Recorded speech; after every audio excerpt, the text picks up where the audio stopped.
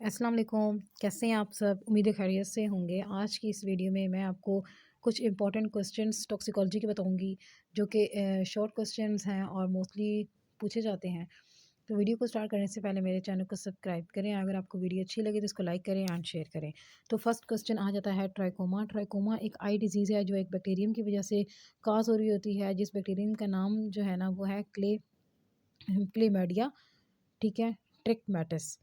ये इसका नेम है और ये कॉन्टेजियल है। इसकी वजह से क्या होगा कि कोई भी जो भी चीज़ टच में आ रही है, ठीक है, या फिर कोई टॉवल है या कोई हैंडकरचीफ है या क्लॉथ्स हैं या बर्तन वगैरह हैं, उनके थ्रू भी ये क्या हो जाएगी, ये बहुत इजीली स्प्रेड हो जाती है, क्योंकि ये टच की वजह से जो है ना वो फैल रही होती है। और कोई भी किसी किस तरह का कांटेक्ट होगा तो ये स्प्रेड हो जाएगी और बहुत इजीली जो है ना ये एक पर्सन से दूसरे पर्सन तक ट्रैवल हो जाती है। जैसे कि कोरोना जो हम कहते हैं, बिल्कुल इसी तरह ये भी इसी तरह ट्रैवल हो जाती है जल्द से जल्द, ठीक है। तो अब इसकी वजह से विजन जो है वो लॉस हो जाएगी, आईज़ में पेन होगा, स्वेलिंग हो जाएगी, आईज़ रेडनेस हो जाएगी, साथ में आईज़ में से पस निकलना स्टार्ट हो जाएगी। और इसमें अगर आईज़ का मैं स्ट्रक्चर ड्रा करूँ तो जो आईज़ होती है ना उनके ऊपर क्या होता है कि एक पूरी स्किन की लेयर जो है वो बनना शुरू हो जाती है, ठीक है, इस तरह से ना, ठीक है, पूरी एक स्किन की जो लेयर होती है वो बन जाती है, जिसकी वजह से जो है ना विजन जो होती है वो डिफेक्ट हो जाती है और वो नज़र नहीं आता, ठीक है, विजन लॉस हो जाती है। तो नेक्स्ट हमारे पास जो इंपॉर्टेंट क्वेश्चन है वो है LD50, ED50 एंड TD50। तो इनके बारे में अगर देखें तो LD50 मीन लीथल डोज, ठीक है, affective dose and toxic dose. ये इसमें 50% पॉपुलेशन जो है वो लीथल हो जाती है, मर जाती है, इसमें अफेक्ट होती है और इसमें उनके अंदर टॉक्सिसिटी कॉज हो जाती है 50% पॉपुलेशन के अंदर। यहाँ पे कोई पैथोजन, कोई टॉक्सिक, कोई रेडिएशंस वगैरह हो सकती हैं। इसमें हम एस्प्रिन की बात कर लेते हैं। अगर हार्ट अटैक के फ़ौरन बाद या हार्ट अटैक से पहले अगर दे दी गई है तो वो क्या होगी, वो इफेक्टिव होगी, ठीक है, वो सेट है, सही है, उससे पेशेंट जो है ना बच जाएगा। लेकिन अगर एक क्वांटिटी से ज़्यादा दे दी गई है और वो उसकी बॉडी को सूट नहीं कर रही थी, पहले ही ब्लड थिन था और ज़्यादा दे दी गई है, तो फिर ये उसको रिएक्ट कर जाएगी, उसके लिए टॉक्सिक हो जाएगी, ठीक है, ये उसको अफेक्ट करेगी, उसकी बॉडी जो है ना उसको नुकसान पहुँचाएगी। एंड देन जो है अगर हम बात करते हैं बेंजोडियाज़ेपाइन्स की, तो ये एक ऑर्गेनिक टॉक्सिक मटेरियल है, ये टॉक्सिसिटी बहुत जल्दी कॉज करता है। तो हम इसको TD50 में अगर डिस्कस करते हैं तो मीन्स कि ये 50% पॉपुलेशन को जो है ना अफेक्ट करेगा और उसके अंदर टॉक्सिसिटी काज कर देगा। ये वेपर्स की फॉर्म में बॉडी के अंदर इनहेल जो है ना वो हो जाता है और फ़ौरन से ब्लड में शामिल होकर बॉडी को नुकसान पहुंचाता है। तो थर्ड क्वेश्चन हमारे पास आ जाता है केमिकल एंटागोनिज्म। तो सबसे पहले हमें ये पता हो कि एगोनिज्म क्या होता है एंड एंटागोनिज्म क्या होता है। अगर हम किसी एंजाइम का स्ट्रक्चर ड्रा करते हैं, ठीक है, तो अगर हमारे पास फॉर एग्जांपल इस तरह से जो है ना हमारे पास एक एंजाइम है, ठीक है, तो यहाँ पे क्या होगा, यहाँ पे हमारे पास आके लगेगा एगोनिस्ट, ठीक है, तो और ये क्या हो जाएगा, ये प्रोडक्ट में कन्वर्ट हो जाएगा और यहाँ से निकल जाएगा। लेकिन अगर यहाँ पे एंजाइम के साथ जो है ये नहीं लगा, ठीक है, ये नहीं लगा, बल्कि यहाँ पे क्या लग गया, एंटागोनिस्ट लग गया है, ठीक है, एंटागोनिस्ट ने यहाँ पे क्या किया है, ये कम्प्लेक्स बना लिया है और इस कम्प्लेक्स की वजह से क्या हो जाएगा कि ये जो एंजाइम है ये बाइंड हो गया, ये पक्का हो गया यहाँ पे, अब ये यहाँ से रिलीज़ नहीं हो सकता, निकल नहीं सकता और ये जो एंटागोनिस्ट है ना ये अब इसको नहीं छोड़ेगा, ठीक है, एंजाइम को, जिसकी वजह से एंजाइम का जो अपना फंक्शन था वो स्टॉप हो गया, क्योंकि उसकी जो बाइंडिंग साइट है वो यहाँ पे रुक गई है, वो स्टॉप हो गई है, ठीक है। तो ये हम क्या कहेंगे, ये क्या है, ये हमारे पास आ जाता है एंटागोनिस्ट, मतलब किसी भी चीज़ को अपोज करता है, किसी रिएक्शन को स्टॉप कर देता है कम्प्लेक्स बना के। अब ये जो ओवरऑल है ना ये पूरा क्या है, ये इन्होंने पूरा कम्प्लेक्स बनाया हुआ और इसकी वजह से रिएक्शन जो होगा वो स्टॉप हो जाएगा। जैसे कि अगर हम बात करते हैं प्रोटामाइन सल्फेट की, तो प्रोटामाइन सल्फेट जो होता है ये नेगेटिव, ये पॉजिटिवली चार्ज है, ठीक है, और ये हेपरिन जो होता है ना उसके साथ ये बाइंड कर जाता है जो कि नेगेटिवली चार्ज है और ये एंटी कोagुलेंट के तौर पे काम करता है, मतलब खून को जमने नहीं देता।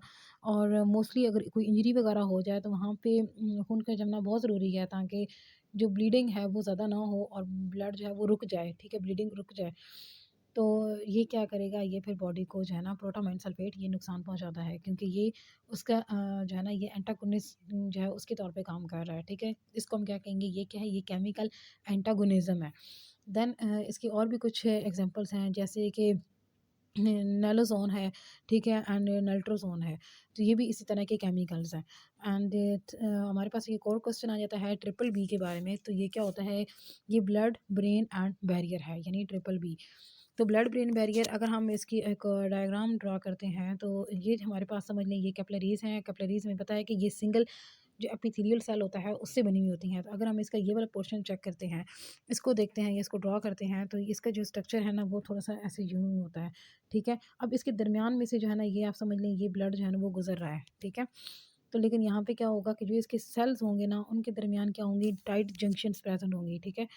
इस तरह से जो है ना वो इसमें टाइट जंक्शन से प्रेजेंट होंगी, और उन जंक्शंस की वजह से क्या होगा कि कोई भी मटेरियल है, कोई भी टॉक्सिक मटेरियल है, वो ब्लड के अंदर तो रहेगा, लेकिन वो ब्रेन की सेल्स तक नहीं पहुंचेगा, क्योंकि वो इन जंक्शंस को क्रॉस नहीं कर जाता।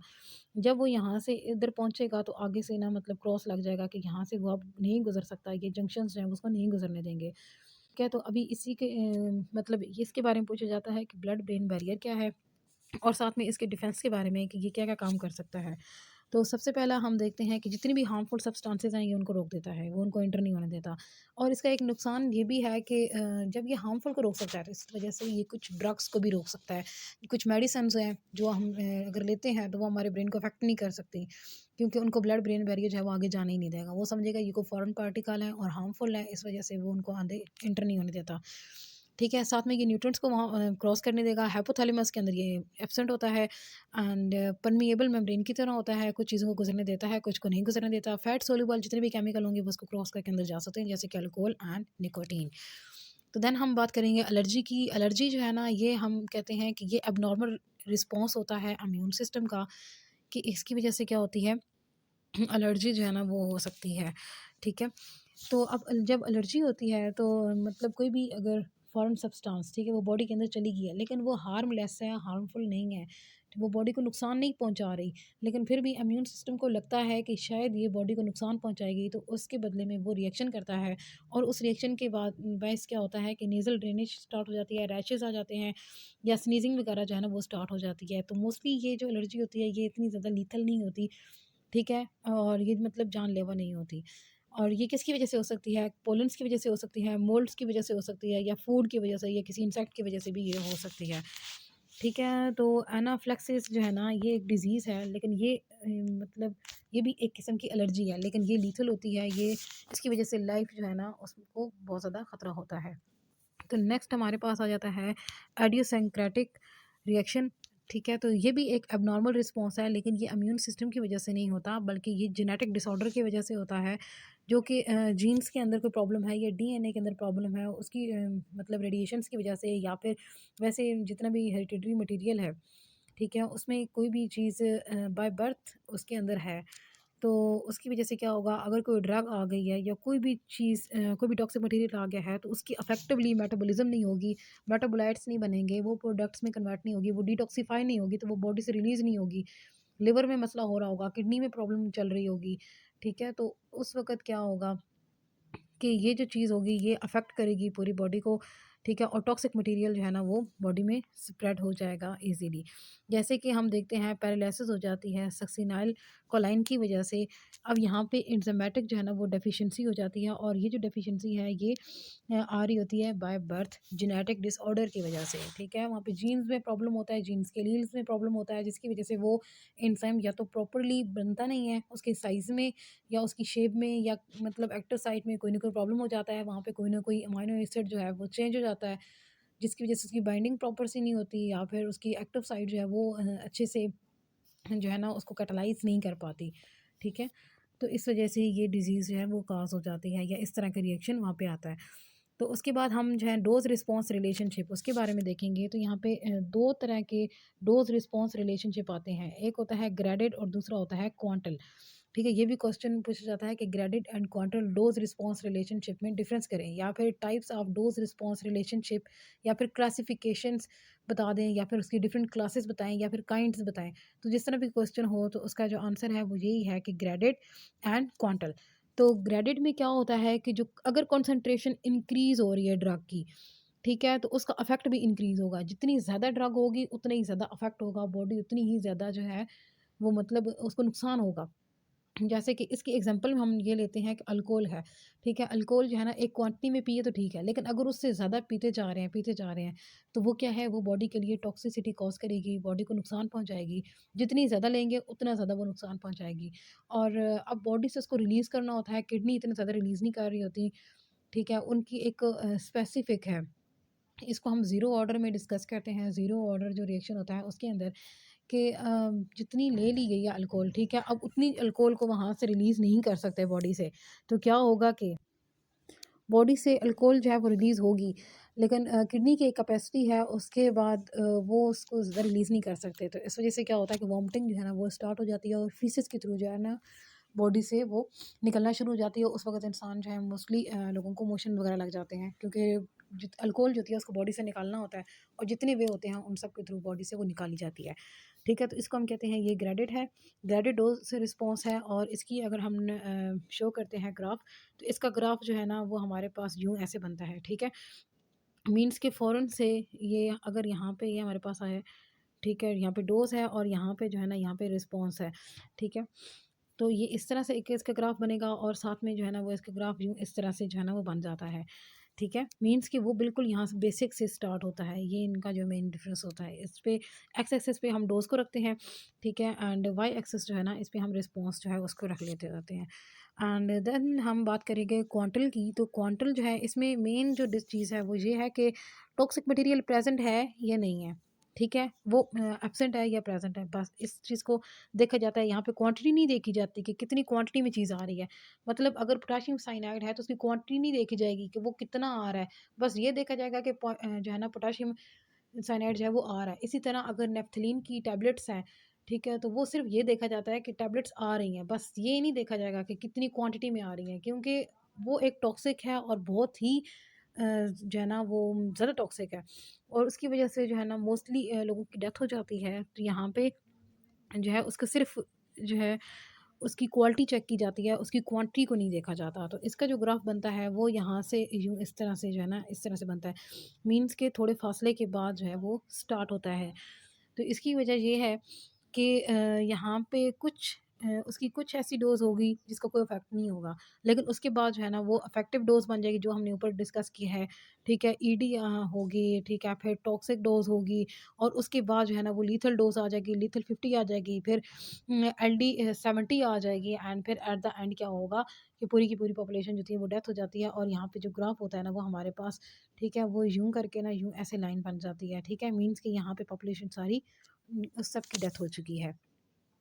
तो देन जो क्वेश्चन पूछा जाता है तो उसमें हम देखते हैं, एक एक्सोटॉक्सिन होता है और एक एंडोटॉक्सिन होता है, ठीक है? तो अगर हम बात करते हैं एक्सोटॉक्सिन की, तो एक्सोटॉक्सिन वो जो कोई बैक्टीरिया बॉडी से रिलीज़ कर रहा है या कोई भी वायरस है तो वो रिलीज़ कर रहा है।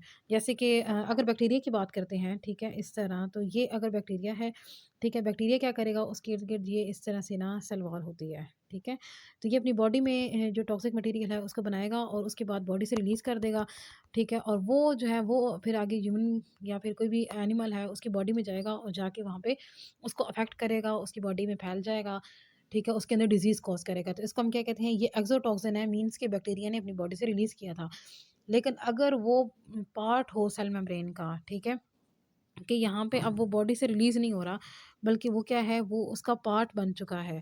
जैसे कि अगर ये बैक्टीरिया है तो उसकी जो सेल वॉल है वो ही अफ़ेक्टेड है, उसमें ही प्रॉब्लम है, ठीक है? उसकी सेल वॉल जो है ना ये पूरी टॉक्सिक है, तो जो भी चीज़ इसके साथ जाके टच करेगी या ये बैक्टीरिया जिस चीज़ को भी टच करेगा, तो वहाँ पे क्या हो जाएगा कि ये टॉक्सिसिटी कॉज़ कर देगा, क्योंकि यहाँ पे क्या है, इसके पास टॉक्सिक मटेरियल है और वो इसकी सेल वॉल का पार्ट बना हुआ है, ठीक है? वो उसका हिस्सा है।